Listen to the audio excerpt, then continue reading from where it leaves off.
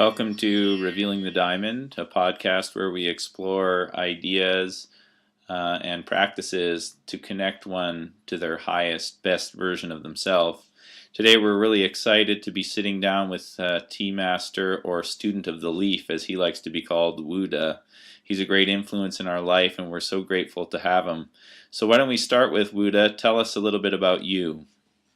Well, we have a center here in Taiwan called Tea Sage Hut, and we host something like 500-600 people a year. We have 2 10-day courses every month, and people come from all over the world, around 60 countries so far, and come and stay for 10 days twice a month, and learn about tea and meditation and a life of tea. And the courses are free.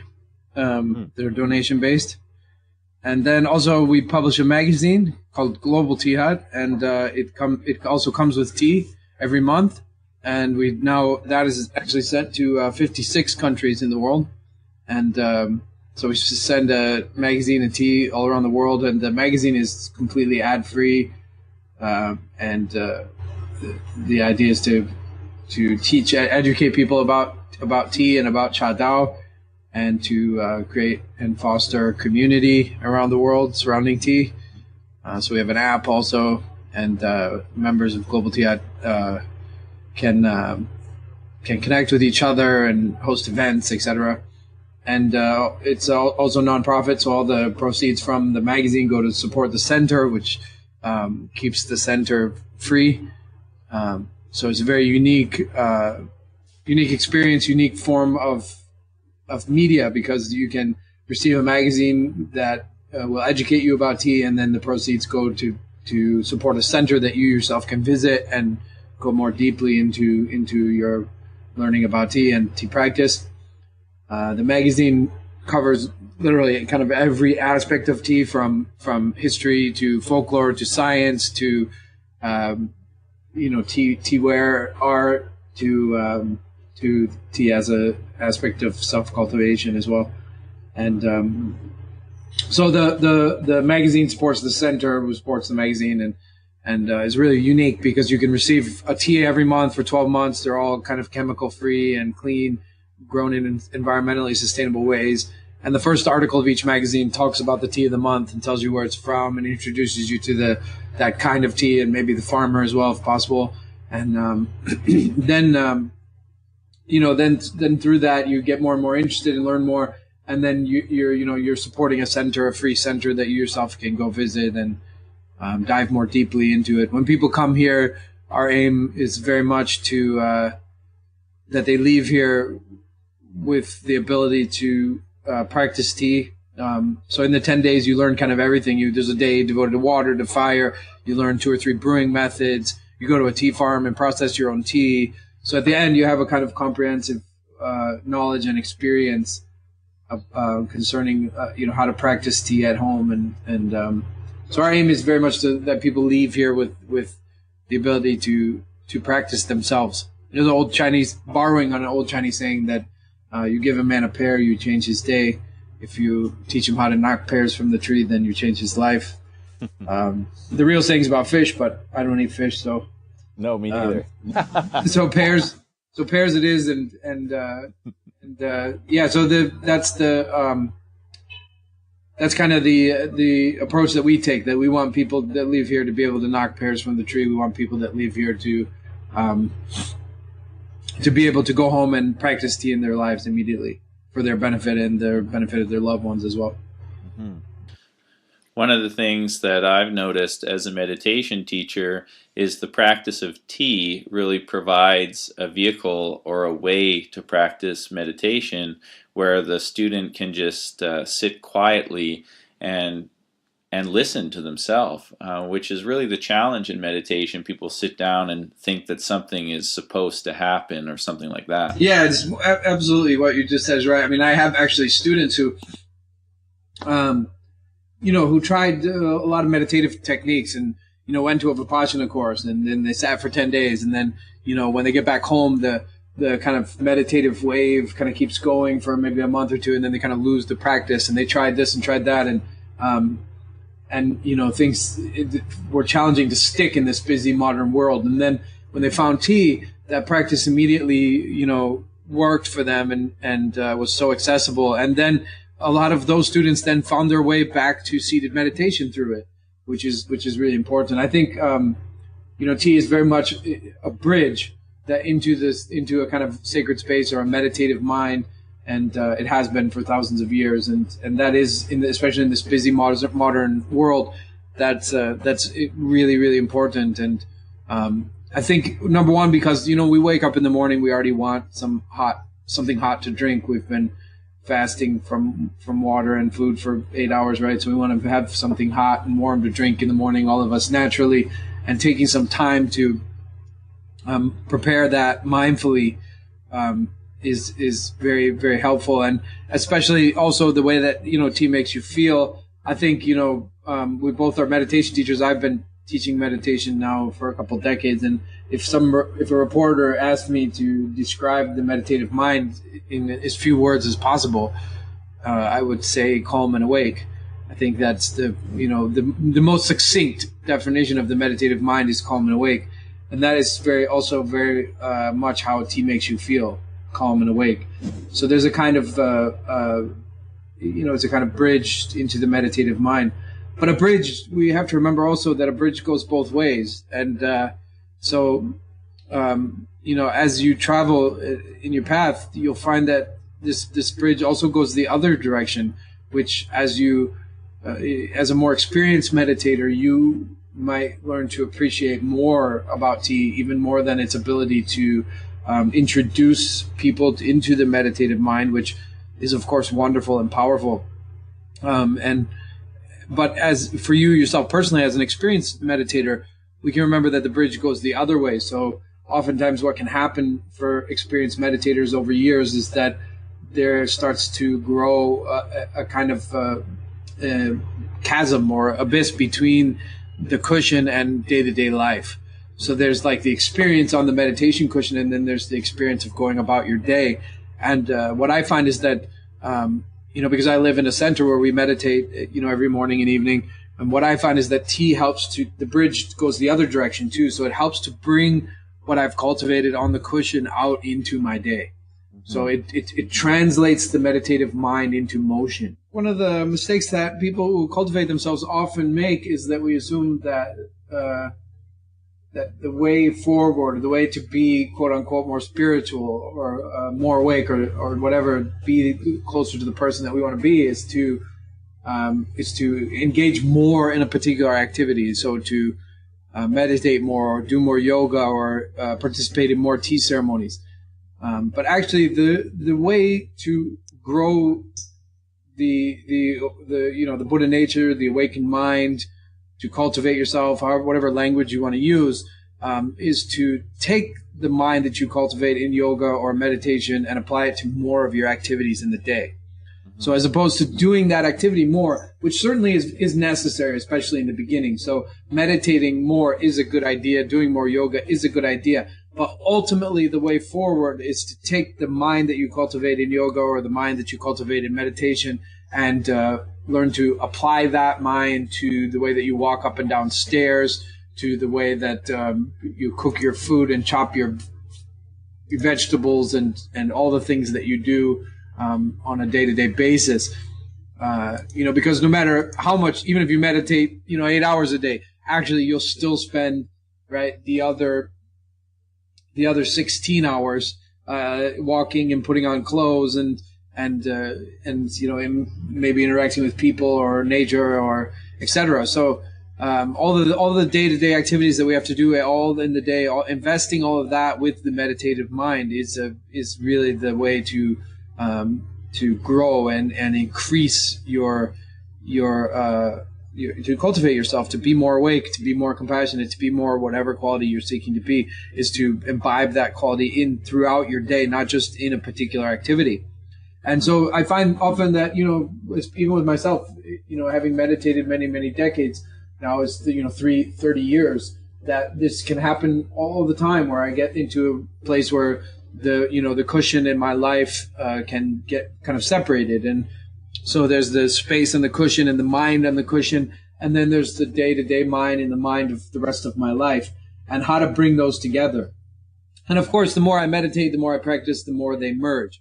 But I found that, as I said, tea is a beautiful bridge between the sacred and the mundane, because tea is everything ordinary. I mean, there couldn't be anything more ordinary. It's the second most consumed substance on this planet after water. And a cup of tea is really 98% water, so we can call it a draw. And it spans everything from, construction workers and grannies in kitchens and hospitality in homes around the world, all the way to this really sacred space of the monastery, of the, just about every spiritual conversation that's been had in Asia for the last 10,000 years has been had over tea.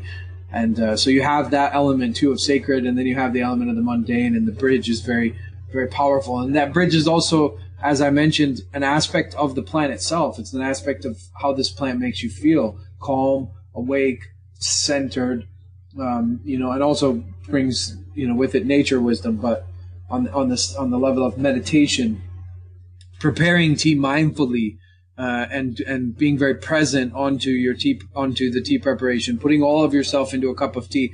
If you can make a cup of tea or a bowl of tea with the meditative mind, with the same mind that you're seeking to cultivate when you meditate or when you practice yoga, if you can make tea with that mind, then you can do anything with that mind. You can walk up the stairs, you can brush your teeth, you can drive your car. And so what I've found over the years is that certainly tea ceremony is a bridge into the sacred for a lot of people, and that's probably the part of tea that I love the most, is sharing that with others, being able to share one's cultivation.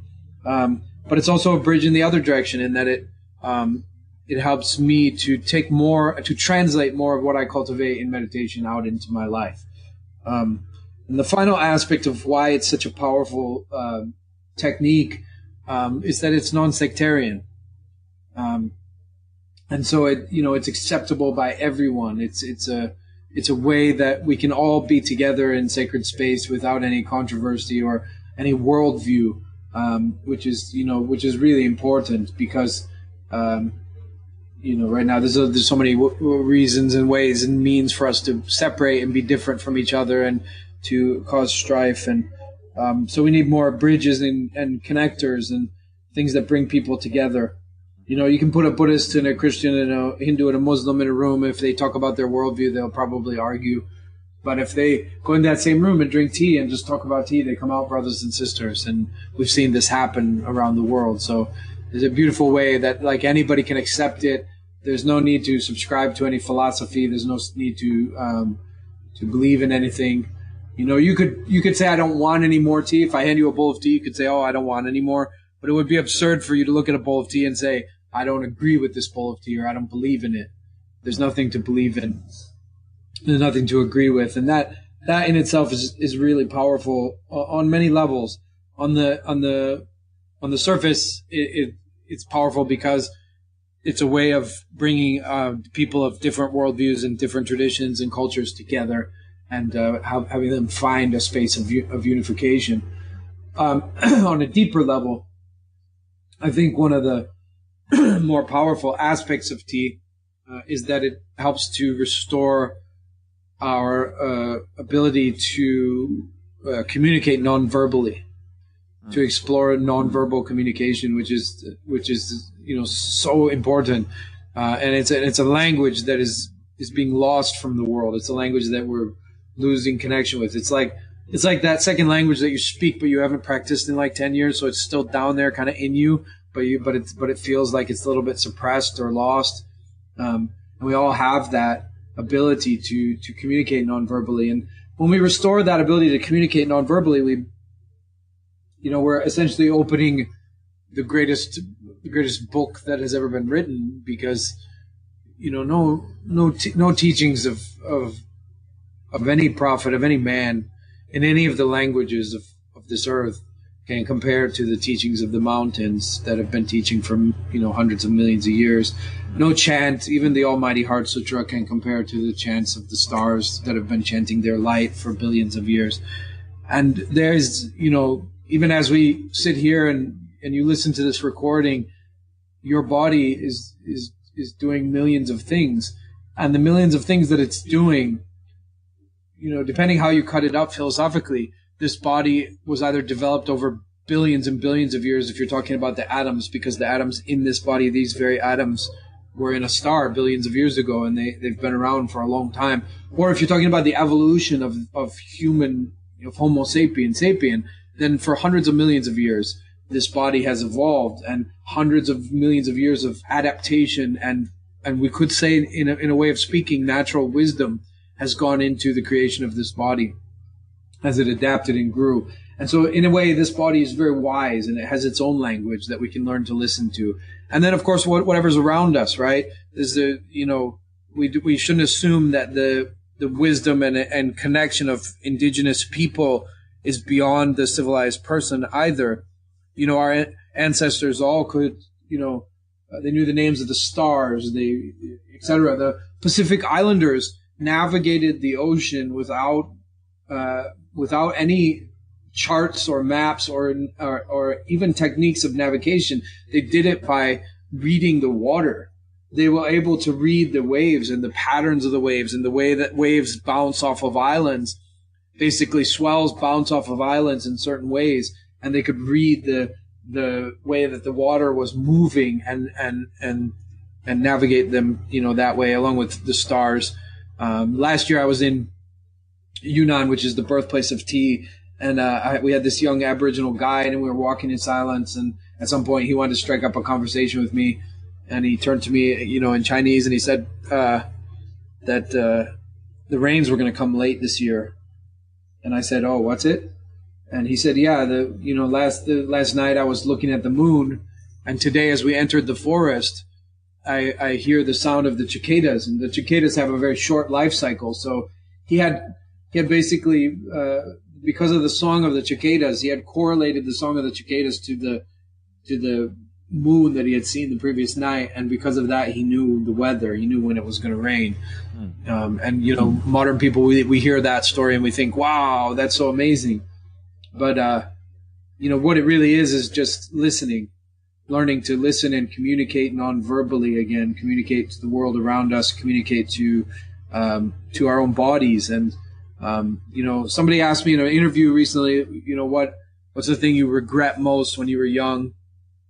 And the answer that is the answer is, I regret that, I didn't travel well through this life, or literally travel well. I would go places and it was like there was Buddha and he was in that place. Like I was an object in that place, and I would move around in that space, in that container, and then leave. Whereas now when I go to a place, it speaks to me, sometimes overwhelmingly so. I let it in and I talk to it, and I wish I had been more awake, in other words, when I was younger, and listening more, and so tea, is a really powerful way for us to start to learn to listen. One of the kind of slogans that we use a lot around here is that nature is always talking to you, and tea helps you to understand what she's saying. Beautiful. I love that. It reminds me of a teaching that we often share with the students at Dharma Temple here in Vancouver, and when I travel to teach, and that is, this misconception that the hardest thing to practice in yoga is related to flexibility, and it really isn't. The most challenging thing to teach in yoga is the most challenging thing to practice in yoga, and that is listening. If we look at our world and say, would we benefit more if everyone in the world became a better listener, or would we benefit more if everybody became more flexible? And I think the answer is clear. It's listening. And tea provides a great vehicle for that. Hey, when we were in Seattle recently, Widow, we met a tea sage named Zen Dog, an amazing guy. We really loved sitting for tea with him. Have you ever met him? I never met him in person, but we've exchanged some emails. Okay, cool. He's a really neat guy, and his place is amazing. He just has all this beautiful Chinese art and an incredible collection of teas, especially the pu'er, which we love to drink. He mentioned that in places like China, that big companies like Starbucks and Nestle are moving in and giving money to farmers and taking over the tea land. And I was a little concerned about that when he brought it up, and I wondered if maybe you would touch on that. I don't. I mean, here in Asia, I don't know any specific instances of. I mean, a teeny bit of in Yunnan and maybe a teeny bit in in Taiwan of coffee replacing tea. I think more. I think that's a minor issue. I think the issue that he was touching on though is still very relevant, which is the environmental impact of tea production, and which is a very important issue. I don't know that what percentage of what's in what we need to discuss is related to coffee, Right. because coffee growing still is not, tea is still the second most consumed beverage on earth, and certainly, still the predominant beverage here in Asia for certain. But there certainly is a trend towards moving away from like traditional environmentally friendly gardens, was what we call them, to chemical laden plantations where tea is grown, in larger quantities, but lower quality and certainly more unhealthy for the environment, unhealthy for the farmers who grow it themselves, because they're the ones who are around all that stuff all the time, and unhealthy for us as consumers as well. I think we see pictures of tea plantations, and there's rows of green over a mountain, and we can look at that and mistakenly think, oh, it's so pretty, but actually it's not. That's a mountain that was deforested in the name of monoculture, and that deforestation is unhealthy for everybody involved. It's unhealthy for the farmers, first of all. The largest advocate in Taiwan for organic farming is the largest advocate for organic farming in Taiwan because his father died of pesticide poisoning, and both of his older brothers have cancers also from it. He doesn't, because he was the youngest and he wasn't working on the farm. So and there's stories like that all over, where the World Health Organization right now estimates 300,000 deaths a year worldwide due to pesticide exposure. Wow. 300,000. There's other websites where they record the pesticides that were sold as fit for human consumption and then later recalled because they were found to be detrimental to human health, and right now that number's in the high hundreds. Wow. So hundreds and hundreds of times these companies have produced pesticides that they themselves said were fit for human consumption, and then later they were recalled as they were found to not be fit for human consumption. Like, the most famous example is DDT, right? Right. Also, those companies, once those pesticides are found to be detrimental to human health, they of course can't produce them anymore, but they don't throw out their surplus. They sell their surplus to Asia and to other countries where the laws haven't yet caught up. So they're nasty, in that way too, knowingly selling poison to people. And if I lied to you hundreds of times, you wouldn't trust anything I say. They're a bit like the tobacco companies. They have for years and years sold products that they said were healthy or safe, and that turned out to not be safe. But the issue's deeper, because one of the things that we say around here a lot is that the leaf is the expression of the tree's relationship to its environment. So that we use the French word, which is a word that's usually reserved for wine, but applies very much to tea, which is terroir. Terroir means the soil, the climate, the environment, and the leaf. The leaves of a tea tree, they don't arise ex nihilo. They don't come out of nothing. They are the tree's expression of its relationship to its environment. So it doesn't grow leaves through some extra dimensional bubble. It grows leaves out of itself and out of its relationship to its environment. So it absorbs its environment, and then through what it absorbs, it creates the leaf. And so every leaf is a statement of its relationship to its environment, of its terroir. And if you're fertilizing the plants, then essentially you're trucking in food from another ecology and feeding those trees. So they're not actually eating the mountain in which they're planted. They're eating food from somewhere else that's been created either chemically or naturally. It doesn't matter, because tea on its own in the wild will only provide once a year in the spring, with an occasional second harvest in autumn, in order to get more harvests of tea that you have to fertilize. That fertilizer could be organic or otherwise, but that you're bringing food in from a external ecology and feeding it to those trees. And you take away that food and they die.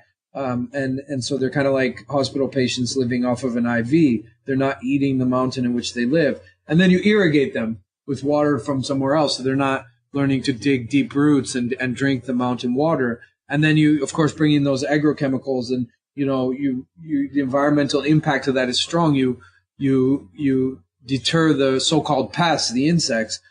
And then you also, we keep away insects, you keep away the things that eat insects, and the things that eat those things, and the things that eat those things, and all of their poop and their bodies, and that recycles into the soil. And so this disruption of the whole biodiversity and ecology means that the statement that those leaves are going to make, because again, the leaves are the expression of the tree's relationship to its environment. So if the terroir is sterile and industrial and monoculture and lacks biodiversity and richness, then the leaf is all of that too. Furthermore, it's not sustainable. So, for me, the only reason to move from what we call living tea, which is kind of more like wild forest tea and tea that's left to grow properly. The only reason to move from that to something more plantation-based is to increase yield so that more people in the world can have tea. And that's a worthwhile compromise. It's worthwhile compromising to increase yield so that people around the world can have tea, because if all tea was what we call living tea, then there wouldn't be enough tea for everybody in the world. So having some plantation tea to increase our production so that everybody can have tea is a good compromise. But if you're using all those chemicals and things, then it's not sustainable. So really, you're only providing more tea in space, not in time. So right now we kind of stand at a precipice. We kind of sit in an arena in which the past and future tea masters. My tradition, my lineage is hundreds, if not thousands, of years old.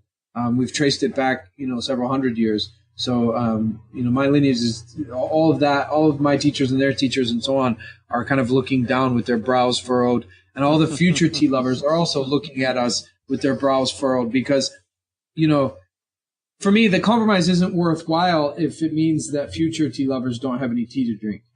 Right. And that, so this is an important conversation. Our magazine, our whole organization, one of the main kind of goals and agendas is to promote tea that's produced in an environmentally sustainable way, promote the farmers that are doing so. And in that way, discuss the problem, but focus more on the solution, which is to support the people that are doing the right thing and give them a voice through our magazine so they can express themselves around the world, and to promote their tea.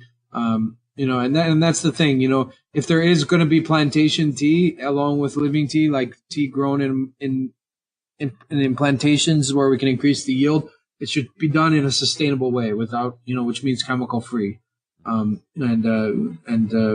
at least it's healthy for the earth. It can continue on. It's healthy for the farmers. One of our friends who, this is an example, one of our friends who's an organic plantation farmer like that here in Taiwan, he went organic because his wife had 2 miscarriages as a result of pesticide exposure. And actually, I wouldn't say it's like super common, like it's epidemic, but it's common enough in Taiwan that doctors can recognize it. So the doctors were able to tell him that, yes, these miscarriages happened because of pesticide exposure. Wow. So, I since call it an epidemic, but it certainly is common enough here that that a doctor could recognize it. And then as a result, he went organic, and since then he's about 18 years organic farming, and he's had 2 children successfully, and they're both doing healthy and happy. So there's a lot to remember, that the farmers themselves, their lives are not healthy, and then the environment is impacted negatively, and then of course us as tea drinkers, we're also impacted by all that. If and this is a big if there is any pesticide on Earth that is safe for human consumption, none of them are created specifically for tea. and you're pouring boiling water on tea. So though pesticides are water resistant, they have to be, otherwise they would be washed off the plant in rain. I'm not sure. There's been studies, certainly not enough studies. We need more research to be done in this area, but I would suspect that more pesticide would leach off because of the boiling water. And consuming all that stuff into your body is obviously detrimental. And obviously, can be unhealthy. So I think the issue that you brought up with Zen Dog and there certainly is some tea farms that have been converted to oranges or coffee, or in Yunnan more common is rubber plantations. A lot of farmers are into farming whatever is the most lucrative. And so, of course, they will switch to some other thing if tea is not lucrative. But I think a bigger issue is just how do we, there is the market for tea in Asia is just going up, and the value of tea is going up. So, if anything, more people are turning to tea as opposed to turning away from it to other crops. Like in Yunnan, the birthplace of tea, I would say 85% of the people in the tea industry, from farmer all the way to merchant, all the way to retail, 85% of them have just gotten into the tea market in the last 15 years. Wow. So as the market is just, growing exponentially, I think there's not really a danger of people switching to other crops as much as there was in the 80s and 90s. If anything, more than not, people are switching to tea. Though there are some exceptions to that, like certain regions in China and in Taiwan, their tea, the value is going down, and then people switch to other crops. But that problem isn't as paramount as, because the tea market itself is just constantly growing, and the value of tea is constantly going up. So I don't see a real threat as far as farmers switching to other crops. What I see more is farmers switching to more industrial, so-called conventional farming. I don't know why farming that had went on for 10,000 years, organically is not called conventional farming. I don't know why we use that nomenclature. We call the industrial kind of chemical-laden stuff conventional. I don't know why, but it should bear the burden of being called unconventional, if you ask me. Yeah, that's right. That's more of the big issues that tea is facing. And certainly if you're going to use tea as a form of plant medicine, as an aspect of meditation and self-cultivation, it has to be grown in a positive way, because the leaf is the expression of the tea's relationship to its environment, its messages. Earlier we talked about nonverbal communication and about learning to communicate to nature through tea, which is an aspect of tea. For thousands of years, tea in China was paramount to all three of the major spiritual traditions. The Confucians saw it as a way to cultivate what they call ren, which is like the nobility, the dignity, the humaneness inside of a person through the ceremony of tea. The Buddhists saw it as one of the 5 essential mindfulness practice, and the Taoists saw it as like nature alchemy and a way to connect and speak with nature. And that heralds back to the shamanistic traditions that predate those three as well, because the tea practice is as much as 20,000 years old. So it goes back even into Aboriginal heritage and Aboriginal and indigenous cultures and their practices, which were of course shamanistic and animistic. So tea, tea does that. And if you're going to use tea in that way, then of course you need tea that has, because otherwise the only message you're really going to, if you're drinking conventionally grown tea, the only message nature's going to have in your cup or bowl is "help me." Right. And then if you're using tea in terms of a meditative practice, also this issue is important because my teacher used to, my Zen master, he used to speak about how complicated the world is now because we have what's called ghost karmas. Where it's like, traditional people lived in a village, and so the consequences of all their actions were immediate and apparent because they were all local. Whereas now your decisions and your actions can impact the lives of people on the other side of the world, and you don't even see it. So your decision to buy this or over that can affect really, deeply affect the lives of someone in South America or elsewhere far away from you, and you just can't see the effects that your actions are having, and that's dangerous, as well. But we don't want to base our meditation on something that's having a negative impact on the environment and on the lives of farmers. As I said, the World Health Organization says 300,000 humans die a year from pesticide exposure. I certainly wouldn't want to base my meditation on any of that. The Buddha said that for a layperson, the most important of the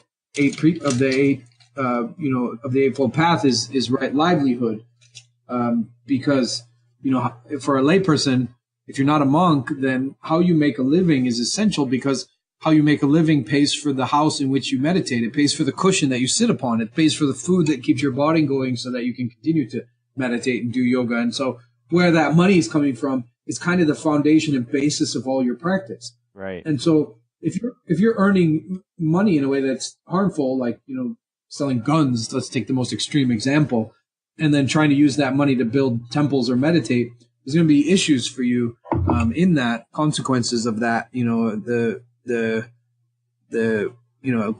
effects of those actions. And in the same way, if you're using tea to cultivate peace in your life, and that tea is harming the environment and harming the farmers and their health and happiness, then your teaware, your teapots and bowls are no longer instruments of peace. They are instruments of violence. They're weapons. Mm-hmm. You're not, if the center of your meditation is tea, and tea is grown in a way that is harmful to the earth, then your practice is based on harm, not based on peace. And so of course, as we meditate more, the more we wake up, the more we learn to listen to the nonverbal communication of nature and of our own bodies, the more we hear those messages that we need to change those things. Mm-hmm. Something my Zen teacher used to always say, right? It's not that eating at McDonald's makes you insensitive. It's that you have to be insensitive to eat at McDonald's. Yeah.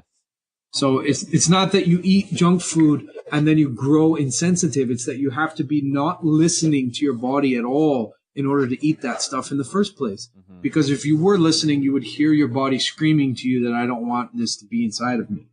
Mm-hmm. So in the same way, right? If we're going to have a practice of peace and we're going to base it on tea, then obviously the instruments of whatever practice we do need to be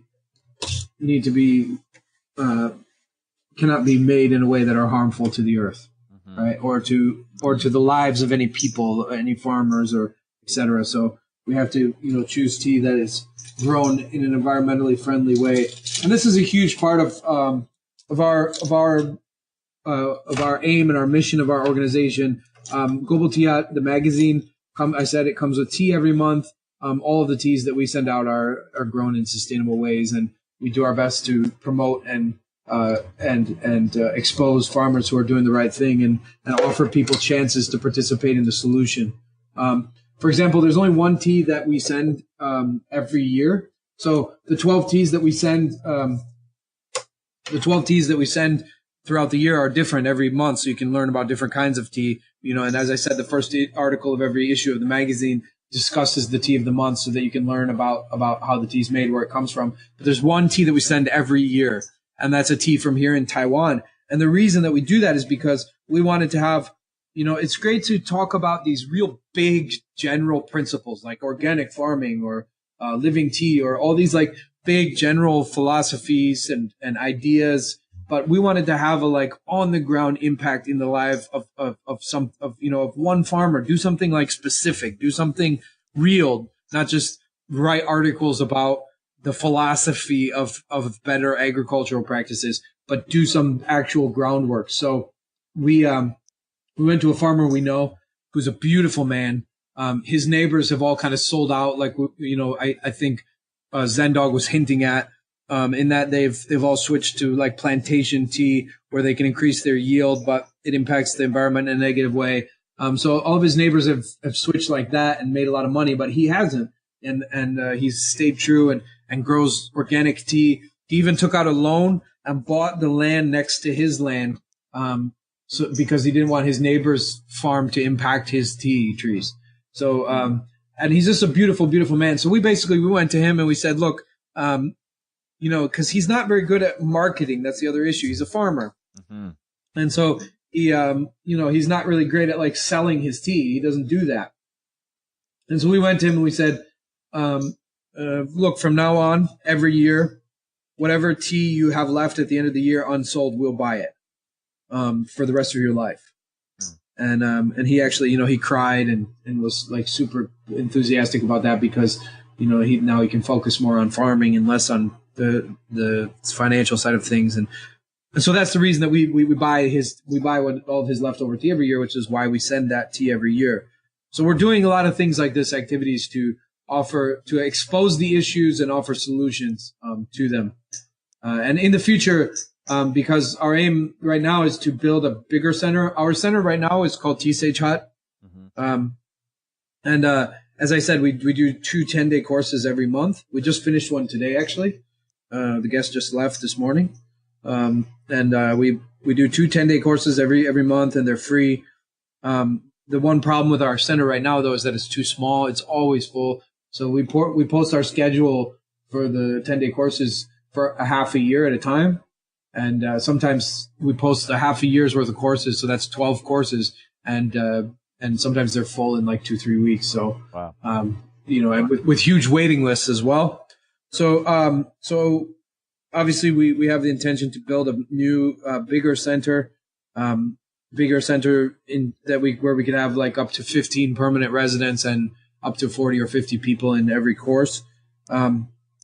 And also, the center that we have now is a big old building that we renovated into a tea center, and it's wonderful. But it will be much better to architect the tea center from the ground up and be able to build it to the specifications that we need. Right. One of our aims, once we do that new center, will be called Light Meets Life.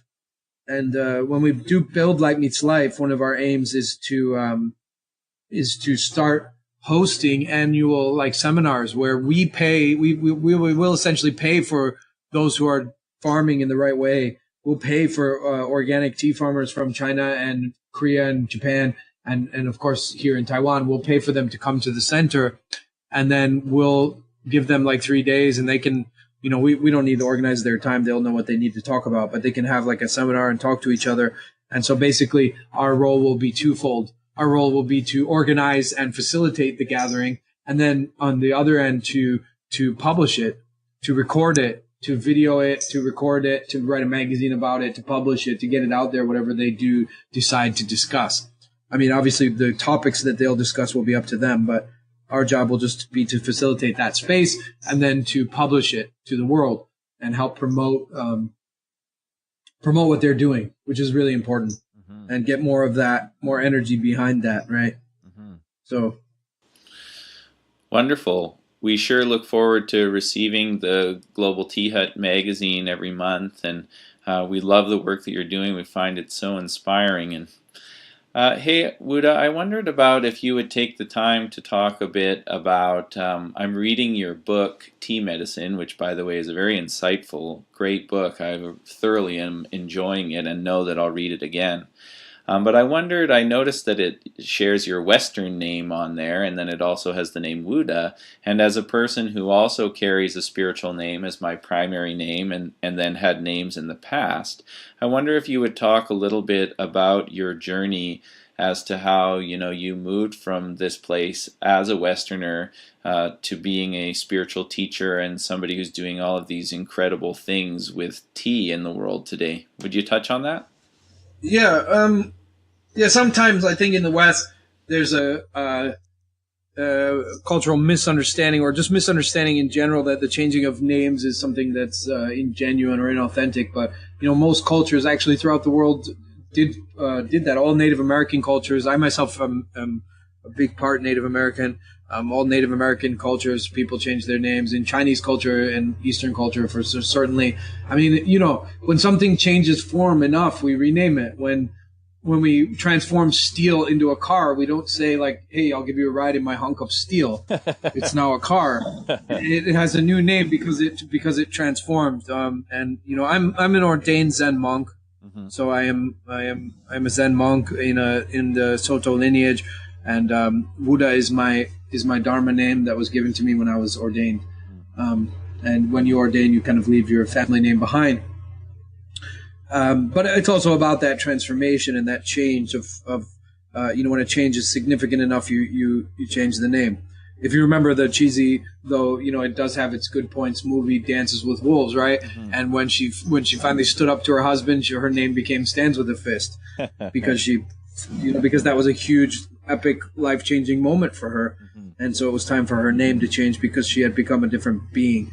And I think that's powerful and something we should practice more. My journey east has kind of always been there. The bigger answer is maybe to speak about past lives, whatever that means. I don't usually like that language because I don't have any clue or understanding of what that means, other than whatever limited view we write about death. The experience itself will be more powerful than that and more rich, and our understanding of it, it's always a mystery and it's always veiled. And the idea that we like body hop in linear time is obviously a very limited and small-minded idea, and the reality and truth of what happens when we die is much more complicated. And I'll experience that when it happens, and I really don't know.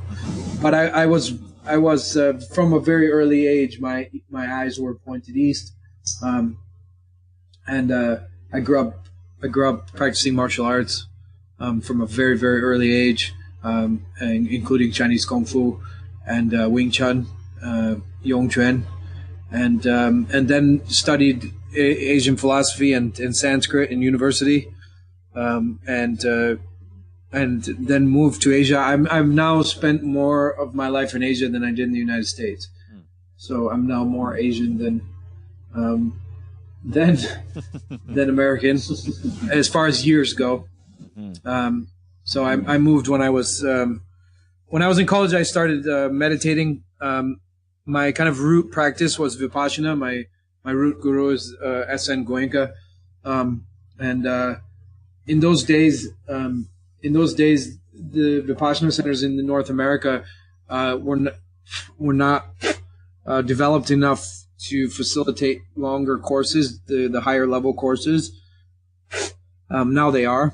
But at that time they weren't. So in order to participate in longer courses, you had to go to India. So as soon as I finished college, I moved to India, kind of with the intention of never coming back. I always wanted to kind of ordain. At first, I thought I would ordain in a Theravada tradition. A lot of Westerners start with Zen and then make their way to Theravada. I experienced that when I meet a lot of Buddhists. But my journey was the opposite direction. I started with Theravada and wound up in Zen. But yeah, so I lived in India for 4 or 5 years in Dhammagiri, which is the headquarters of Vipassana tradition, and studied with S.N. Goenka. And then and T was with me the whole journey. T's been around my whole life. It was there when I was a kid. I don't know that I really paid much attention to it when I was young.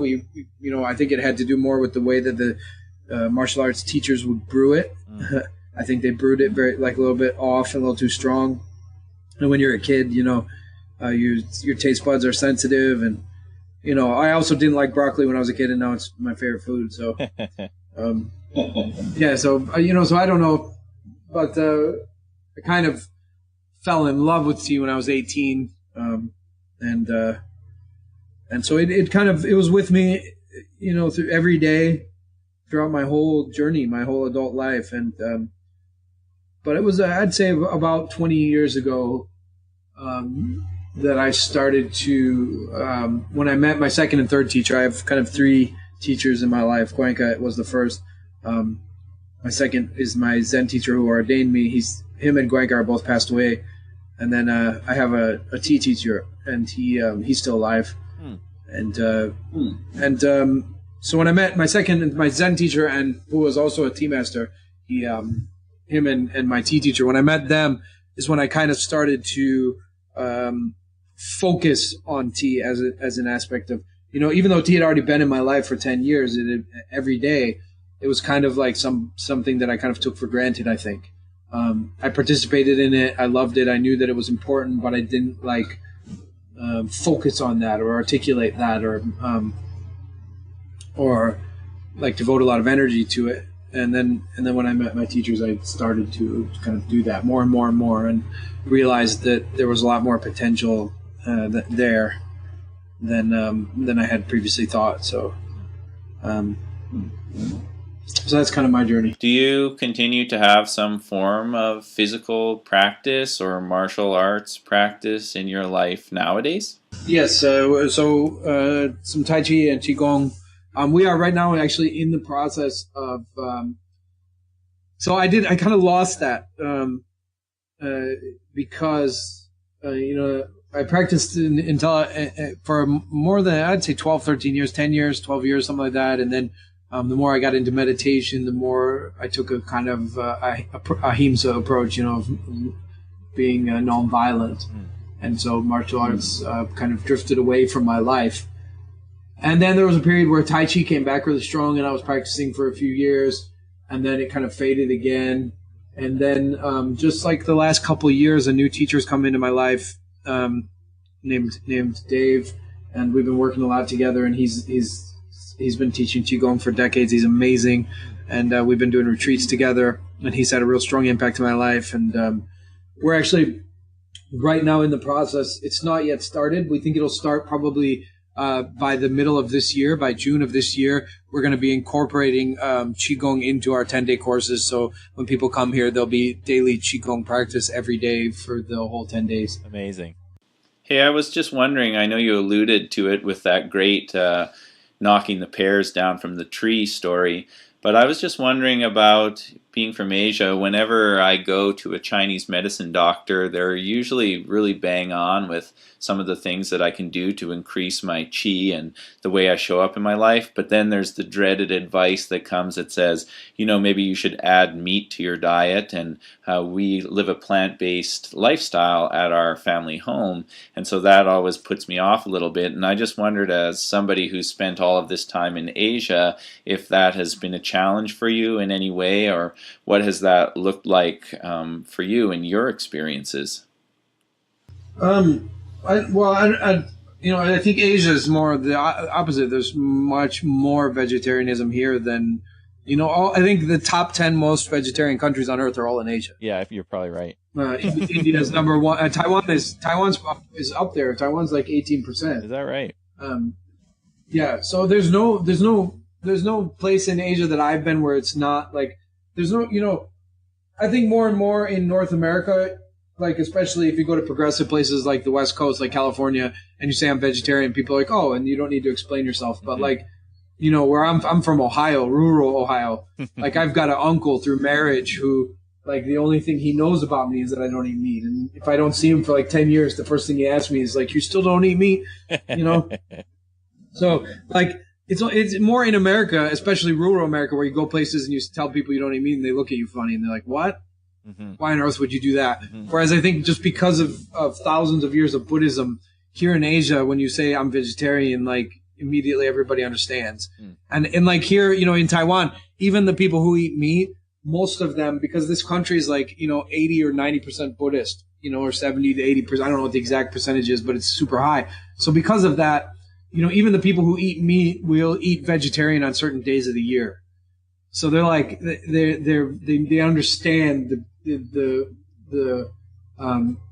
they understand the reasons why you're not eating meat. So there's not really a need to like explain it. And then you go to like India, which is, all the Hindus are vegetarian. So, almost. And so, there's just a lot of vegetarianism here in Asia, and it's very, you don't need to explain yourself really. Even though people that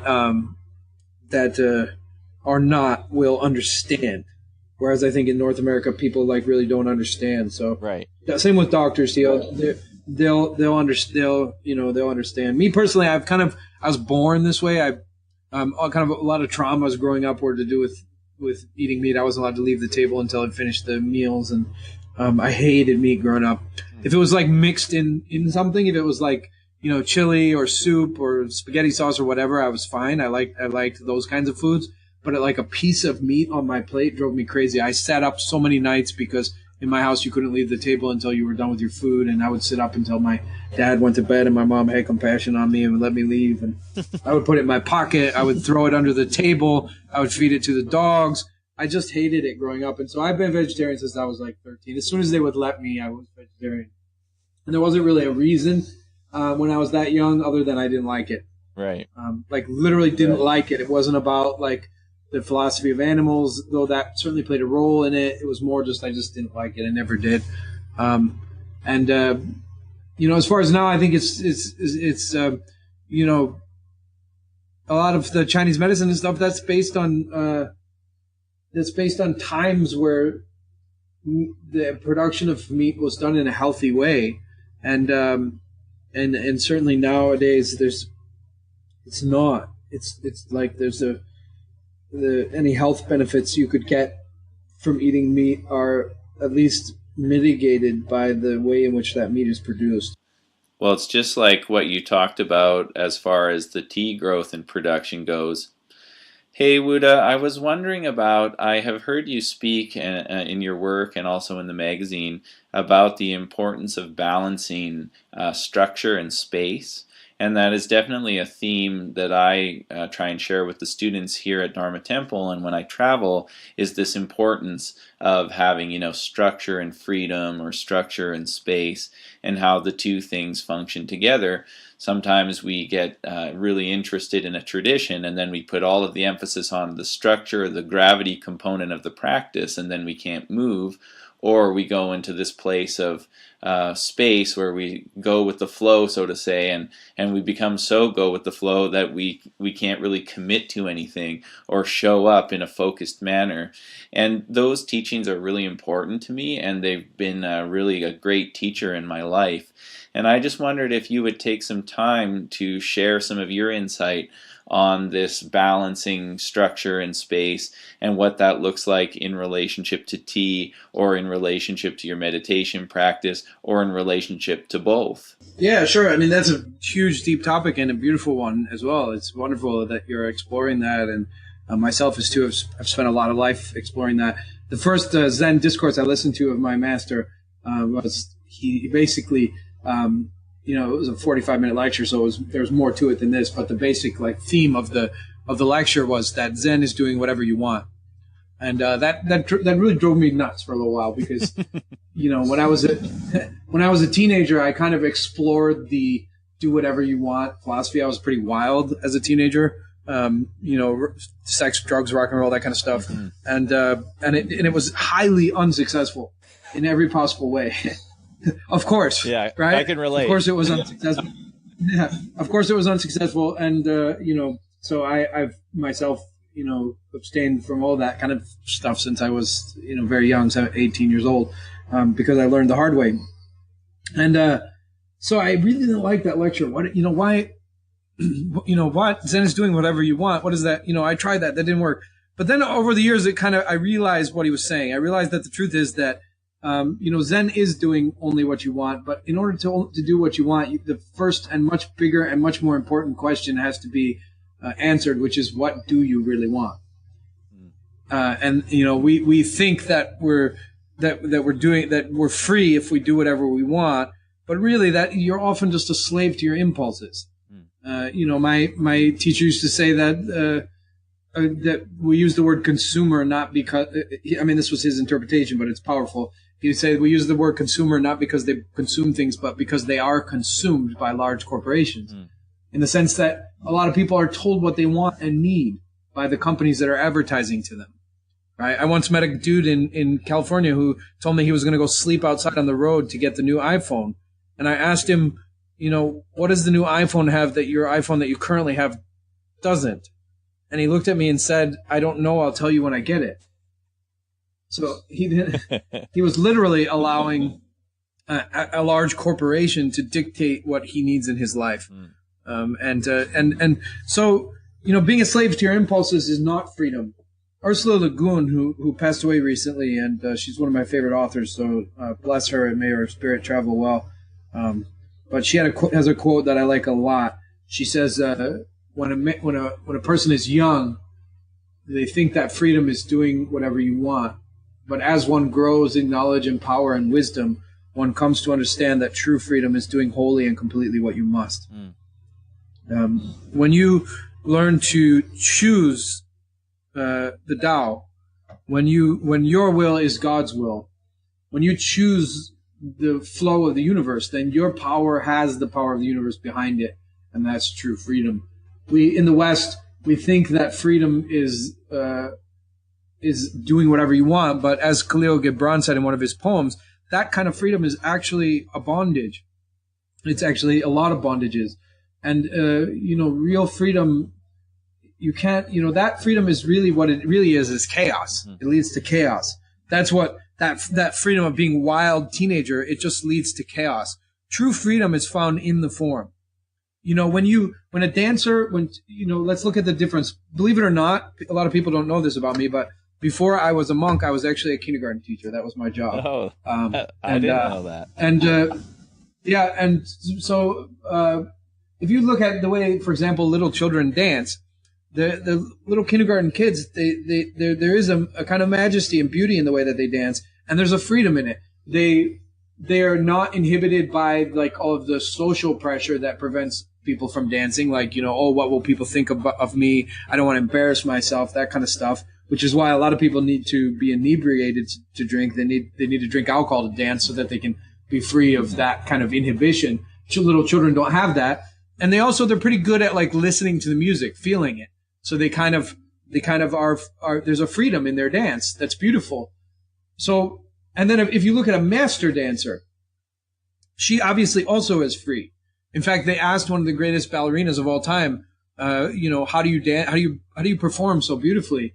And she said, when I'm on stage, there's no music and there's no me. There's only dance. And I would say that obviously what she's saying is that she's free. Mm-hmm.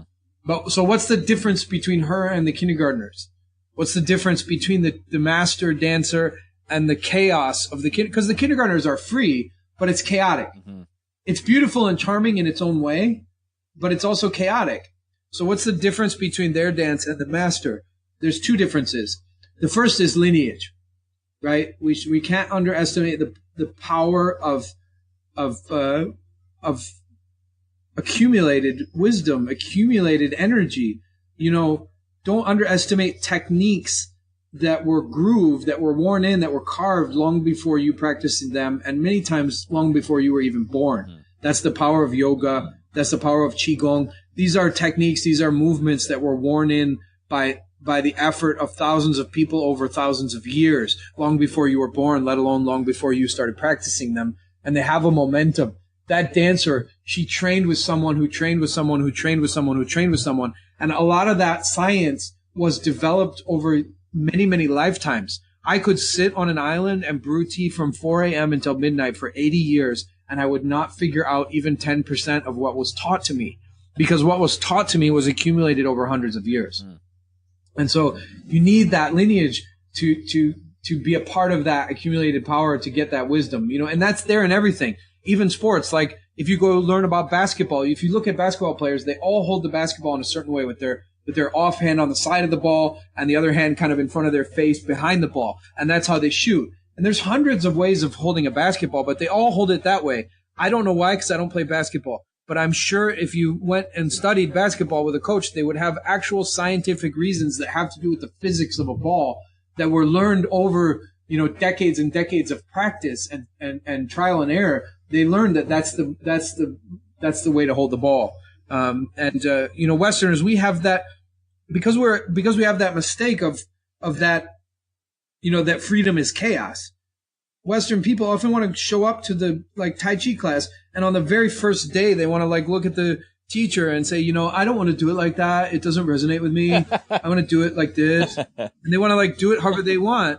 And all that does is lead to chaos. That dancer, aside from having lineage and respect for lineage, she also has decades of form. That's the difference between her and the kindergartners. She's free, just like the kindergartners are free. But she found the freedom in the form. So when you first go to dance class and the teacher says, I want you to lift your leg just like this, just so. Lift it just like this, exactly like I'm doing, just like this. Lift it like this, just like this. In the beginning, you kind of feel that that's a constriction to your creative expression, to your freedom of individuality. You feel like, oh man, I have to do this just like this over and over again. But then every path is a movement from the gross to the subtle, right? In yoga, when you first start and you go to your first yoga classes, your teacher is happy if you can get into something that even resembles the asana. But then as time goes on, your teacher's going to come and start adjusting your hands by centimeters. When I practiced Tai Chi, my teacher would come and move my hand just 1 centimeter up or down. So every path is a movement from the gross to the subtle. And so as that dancer moves her leg in that specific way, up and down, up and up, up and down for decades and decades, eventually she's going to, as she moves from the gross to the subtle, as she moves to subtler and subtler levels, she's going to find the freedom in the form. In other words, she's going to realize that within that leg movement, there's an infinity of freedom. So that, yes, she has to lift her leg just so, but within that form, within that movement, what does she do with her arm? Where does she go next? Does she pirouette, or does she spin to the left, to the right? Does she So within that movement that she thought was constricting, there's actually an infinity of expression. So at that point, when the form starts to become you, and you no longer have to concentrate on it, and you no longer have to force the discipline. When the discipline starts to be ingrained in you, when it starts to become you, then like the dancer, you can be on stage and there is no music, there is no me, there's only dance. And then you found a freedom you've returned to a freedom that's similar to the little children. In the same way, it's freedom, but it's an awakened freedom. The freedom of the little child is asleep. It doesn't know it's free. It's the same freedom as like an animal or a plant. It has no self-awareness of its own freedom. And you return to that same freedom, but now it's built on lineage. It's built on power. So, something I always say to my students is that, a lineage has to grow. It has to change, but it has to be based on roots. So it's like we're all rooted in the same soil of this lineage and we all absorb the same nutrients, but then the tree that grows out of the ground will look different for every one of us. And that's how the tradition grows forward and moves into the future. They say if you only go as far as your teacher, then you're half of what your teacher is, because your teacher already did that work for you. My job is to make sure that my students all outstrip me, that they go further than me, which is happening. I have students that, in 3 years are further than I was in 15. Right. There'll be a time when I'm calling them master. But in order to get to that space, they have to also, you have to be rooted first. It was 17 years, I'll put it to you this way specifically. It was 17 years before I made a single adaptation to my tradition. So 17 years of like that dancer, just practicing the form over and over and over and over again until I became it. And then you see the changes that you make, the adaptations that you make, they're coming from within. Because at that point you are the lineage. You are it. So it's like it's a growth from inside to out, as opposed to an imposition from outside to in. And impositions from outside to in often kill traditions, right? The worst of them, my teacher, he said, the worst adaptations, the kind that we have to be careful of, in this modern age, he suggested 2. The first dangerous one is quick and convenient, right? So many traditions in the world are dying because people want quick and convenient. You can go to a library now and find all kinds of books about the Zen of 5-minute cooking, the Zen of, the Tao of 2-minute awakening or whatever, but that betrays Zen, that betrays Tao. You can't make tea properly with convenience. It's about slowing down. It's about doing things right. It's about, here at the center, we go up to the mountain to fetch our spring water. We use charcoal. We use handmade teaware. We use, we invest all of ourselves in it. Is that necessary that you go to that length? No. But the more you invest in something, the more you get out of it. If you go to a store and you buy an apple pie kit, then you get apple pie kit quality apple pie. And if you make apple pie from scratch, then you get apple pie from scratch quality apple pie. And, so that's an adaptation we have to. If you're gonna make an adaptation, at least do it consciously. So if you're gonna adapt to be more convenient and quick, do so consciously and not unconsciously. So in some situations, I also make tea on an electric stove or on a gas stove, or using teaware that's not ideal, but it's a compromise that needs to be made because of the situation. But I do it consciously. So that's one adaptation we have to be aware of, because a lot of traditions have lost a lot of their insight in the world. We talked about that Aboriginal brother and his ability to correlate the moon with the language of the cicada, and the Pacific Islanders that navigated from island to island by looking at the waves. A lot of that wisdom is being lost in the world because it's quicker and convenient to use GPS and sonar and other things that modern boats have, or to, use the Weather Channel as opposed to learning the names of the stars. So what's quick and convenient is one thing we have to be conscious of and careful of. And the other kind of adaptation I think that he mentioned that we have to be careful of, my teacher, is egoic adaptation. This is kind of the one that I mentioned earlier, where you don't want to surrender, so you're coming in and you're like, that doesn't resonate with me, I want to do it like this, as opposed to surrendering to the technique. Recently, in the last few years, I've started studying photography, and I just finished a 4-year program. I did it in 2.5 years because I audited it. I audited the program. I don't need a degree. I just wanted to learn photography, so I audited the classes. I didn't actually, which means, I don't have a grade. I don't get a degree. I just get the information. Right. And in the beginning, I caught myself making a mistake, because the only thing I take photographs of is tea. My whole life is devoted to tea. I have a friend who's a photographer. He's been a photographer 30 years, and he told me that he said, Wuda, you're so lucky, because most photographers go to school and then they get out of school and they spend like 10 years kind of figuring out what kind of photography they want to do. Right. Do they want to be a wedding photographer or a fashion photographer? But I started learning photography just because I wanted to be able to help with the magazine, and I'm interested in our tea magazine. So the only thing I'm ever going to take pictures of is tea. And so in the beginning, when I was taking the courses, I started saying, I don't need that course. It doesn't have anything to do with tea. Or I don't need to take that course because it doesn't have anything. And I started being picky about which courses I was taking, or even parts of courses, and not skipping over those lessons. And then I realized something powerful, which was kind of there in my Zen, which is a part of this teaching that we're talking about now. I realized, wait a minute, I don't know anything about photography. I'm a beginner. So how the hell do I know what I do and don't need to learn? Right? I don't know anything about this. So how do I know what I need and what I don't need? And I kind of reset myself. I breathed. And I came back the next day with a new, refreshed mind. And this is something we talk about a lot in Buddhism. In Sanskrit, I don't know if you know, the Sanskrit word for wisdom is prajna. Yes. And pra means before, and nya is knowledge. So wisdom is that which is before knowledge. In Zen, we translate this as the beginner's mind. Right. And the beginner's mind is something we should cultivate our whole lives. The beginner's mind is open, it's receptive, it's awake, it's enthusiastic, it's beautiful. My Zen master used to say that there are no masters in Zen except those who have died and passed on. The rest of us are students until we die. And that's something I say to my students all the time. I'm always saying, and we try to control this as much as we can with the language that we blast in our magazine and our websites. Sometimes we can't at events, or people do what they want, but I'm always telling my students, you want to call me tea master, wait till I'm dead. Until then, I'm a student of the leaf. My Zen master is now passed away, so he is a master. So you may, in this recording, you've heard me refer to him as master. That's because he is gone.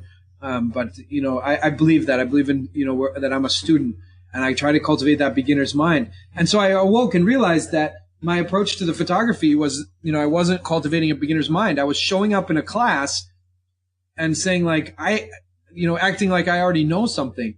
And that attitude is so detrimental to actual learning. Mm-hmm.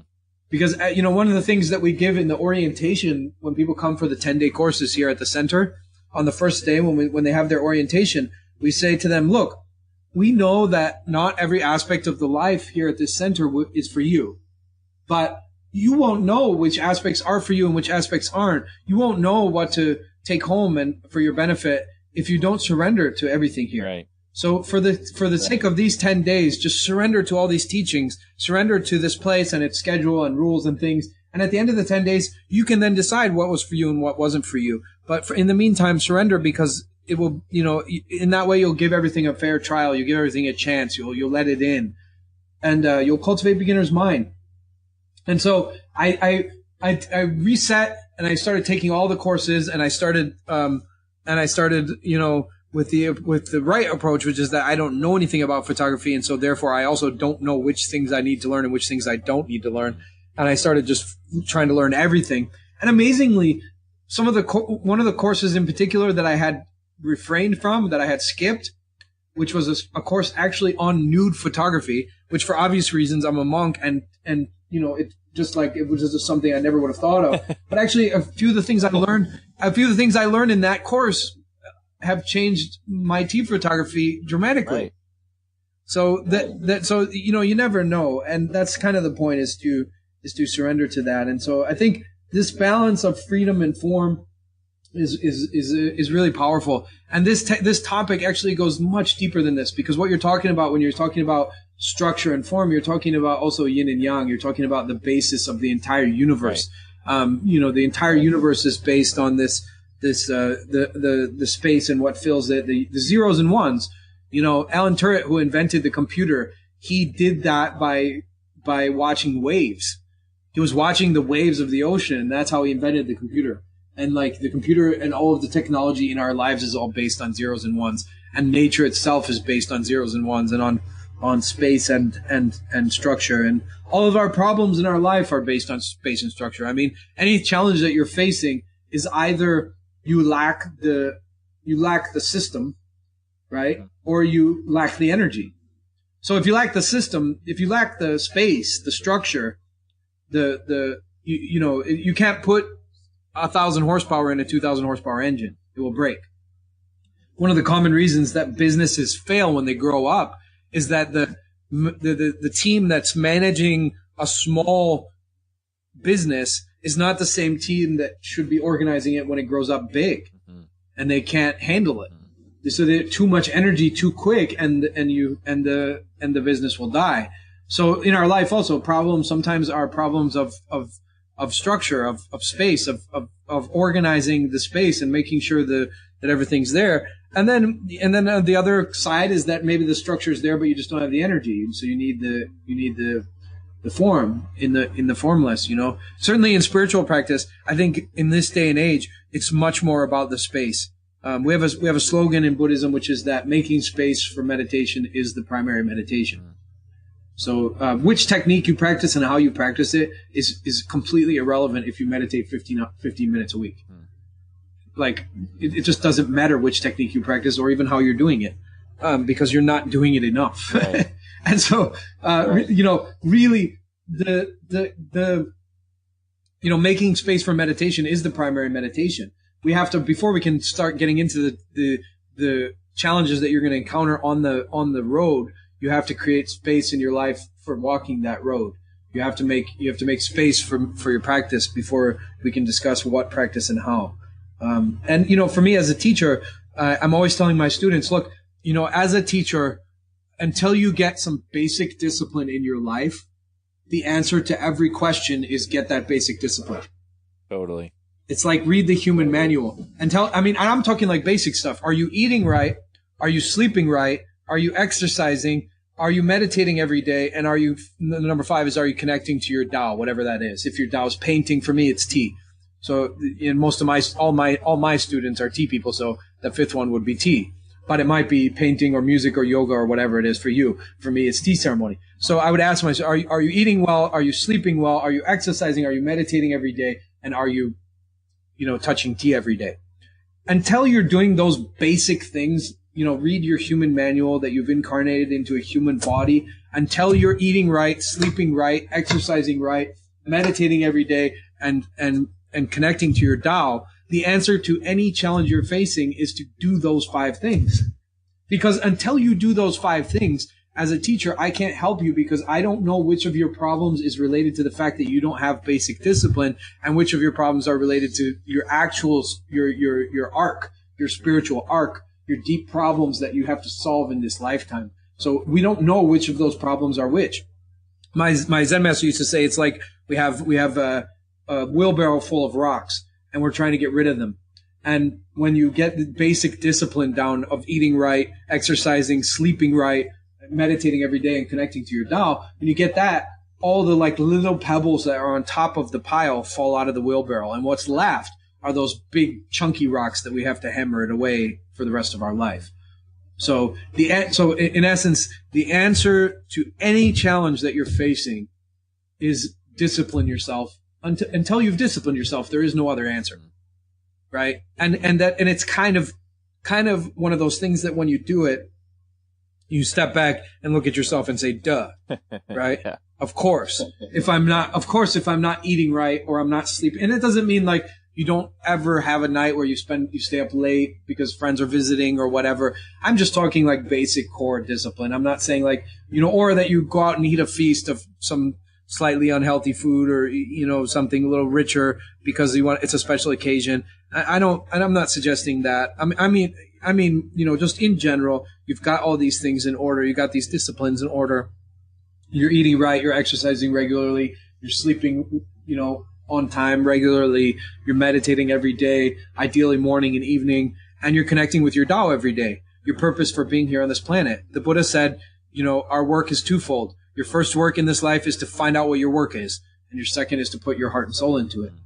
And so if you're not doing those 5 things, the answer to don't come to me, because the answer to every question is do those 5 things. Right. And then when you get those in order, what's left is the stuff that you might need some help or some guidance from a teacher on. True. I always tell the students that I interact with that the commitment is 90% of the benefit of the practice. It's 90% of the practice, and so it's really important. That's right. That's a beautiful way of putting it. Thanks, Wuda. I was just wondering if you would touch on something that I experienced recently, in the role of the student, where I'd been given some techniques to do from my teacher, and I had done them for a year, and I definitely saw the benefit to them. And then I went back to him after the year and was experimenting, or I used the word experimenting to say what I was doing with the techniques because I wasn't doing them consistently. And he said, experimenting is a dabbler's word. Do it for 50 years and then tell me if it works or not, or, play with it. And I just wondered, have you experienced anything like that in the role of the student with the teacher in your life with your teacher? Oh, tons. Of course. In Zen, we have a saying: if on some level, somewhere inside of you, that person's not your enemy. You haven't yet met your teacher. Right. Teacher is ally to the highest self and enemy to the ego. Right. And my teacher, in my experience in 30 years of cultivation, teachers that are sweet and syrupy all the time, they want something. Right.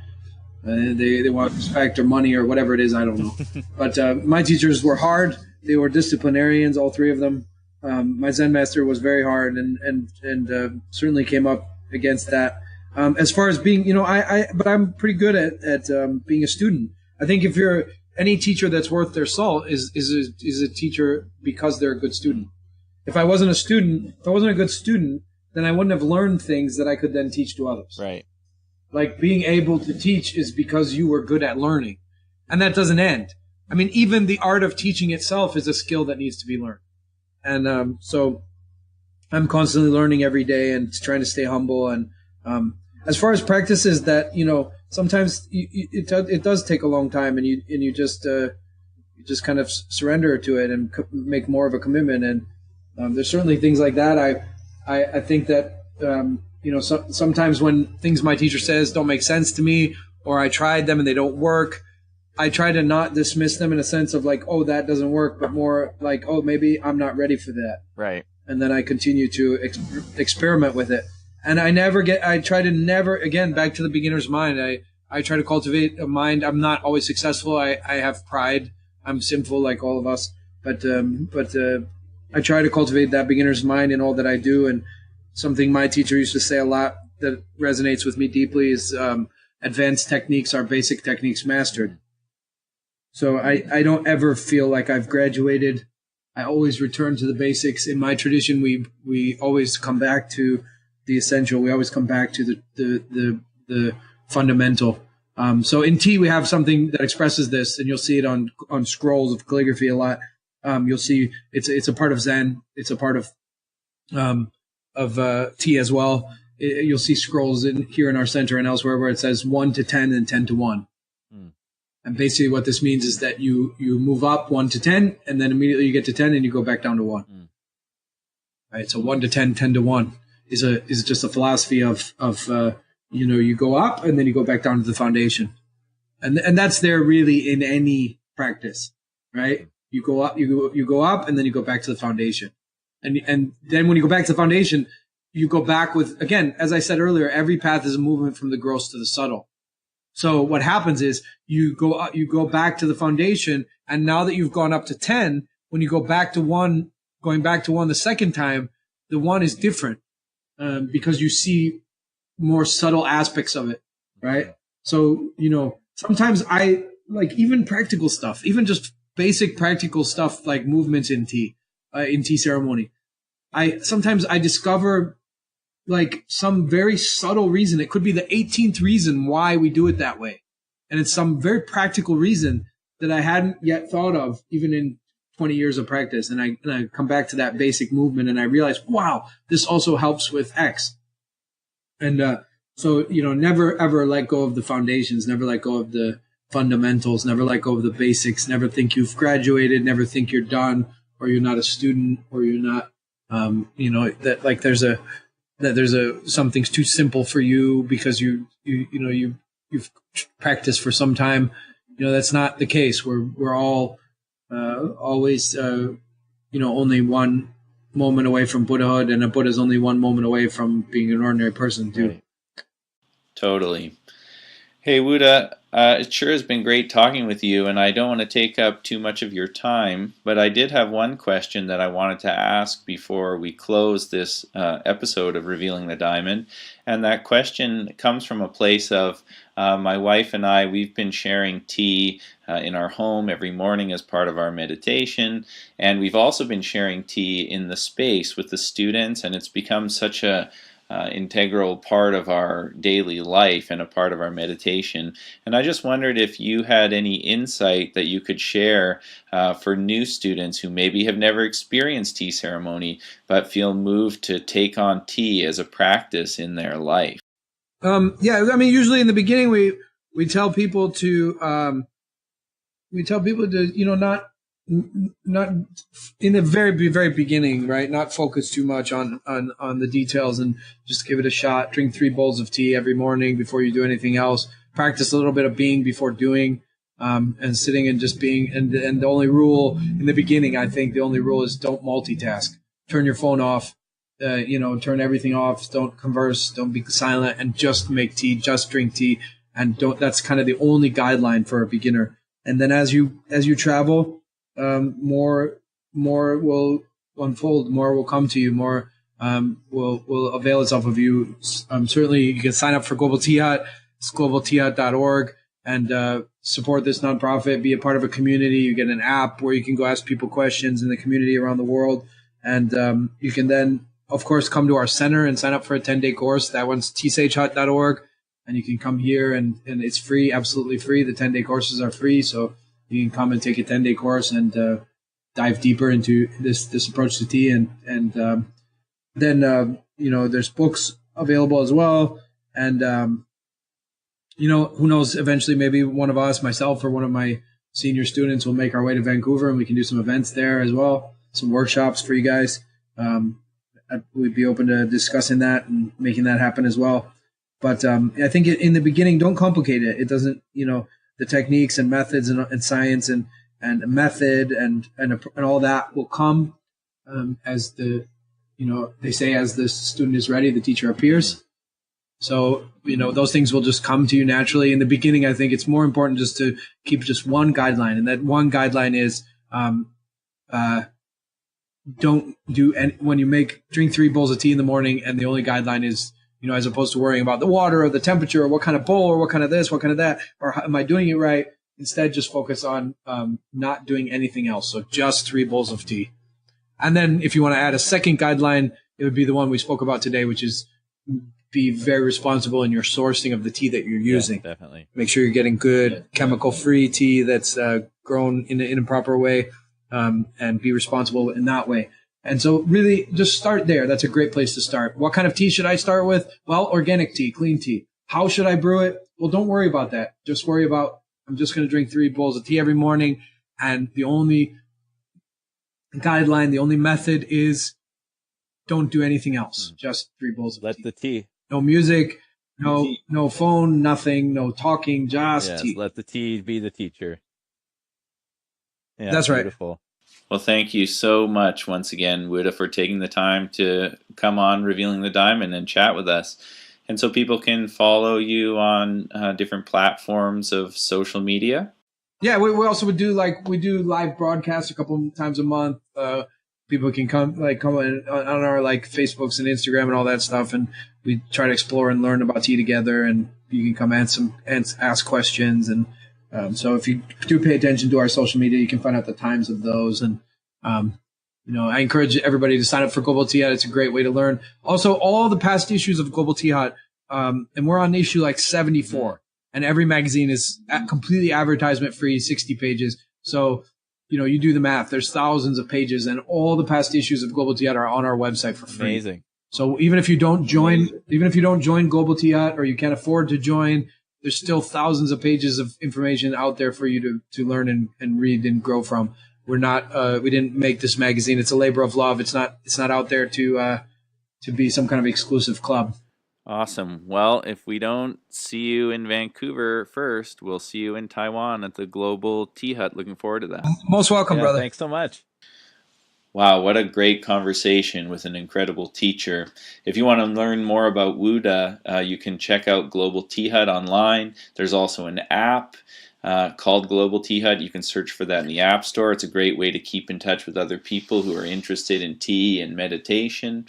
I would recommend subscribing to the magazine for just a minimum suggested donation of $20 per month. You get an amazing publication filled with the history of tea, brewing methods, meditation, all sorts of different teachings on tea. And it also comes with a free gift every month, which is usually tea, which is something we look forward to, maybe trying a tea you haven't heard of before, or trying something you wouldn't necessarily choose. It's pretty great for that. So check it out, Global Tea Hut. And I will recommend, if you are somebody who enjoys these podcasts, to get your hands on Buddha's books, because they are a great source of inspiration in my life and also in SJ's life. So I think that pretty much wraps it up. We have more guests coming up down the line, so stay tuned for that, as well as more lectures and classes coming up here on Revealing the Diamond. So much gratitude for each and every one of you who takes the time to listen to these, share them with your friends, rate us on iTunes, and follow me on Instagram at Tiaga Prem. Follow the Dharma Temple on Instagram. And if you're in Vancouver, come visit us. Or if you'd like us to come to you, email me at tiagaprem@thedharmatemple.com. Thanks again. Bless you.